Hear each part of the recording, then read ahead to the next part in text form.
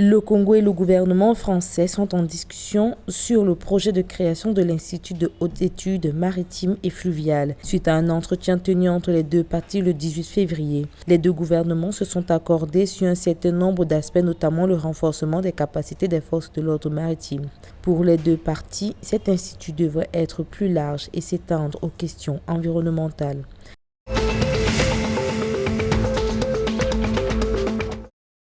L'Assemblée provinciale de la province de Kwilu en République démocratique du Congo plaide pour le prolongement de l'opération d'enrôlement et d'identification des électeurs pour un délai de 15 jours. Cette opération va permettre à la CENI de délivrer les cartes d'électeurs à une grande partie de la population non encore enrôlée. Selon les autorités, sur près de 3 millions de personnes, seulement 1,6 million se sont fait enrôler à cause, entre autres, de la lenteur des opérations de saisie et le retard de déploiement.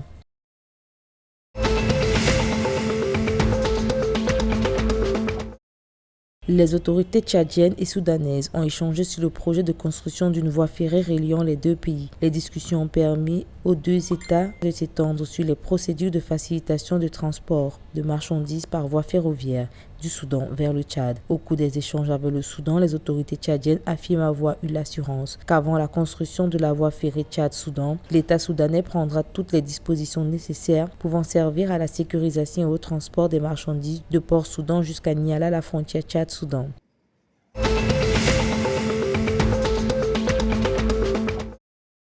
La société pétrolière Perenco au Gabon envisage de construire une unité de production de gaz naturel liquéfié. Cette infrastructure, qui devrait voir le jour dans 3 ans, devrait nécessiter plus de 614 milliards de francs CFA pour transformer le Cap Lopez en un terminal pétrolier et gazier. Cette unité va être construite dans un contexte où le Gabon travaille à passer du diesel au gaz dans les secteurs électriques et le transport. Rappelons que le Gabon détient des réserves de gaz estimées à plus de 100 milliards de mètres cubes qui demeurent pour l'instant sous-exploités.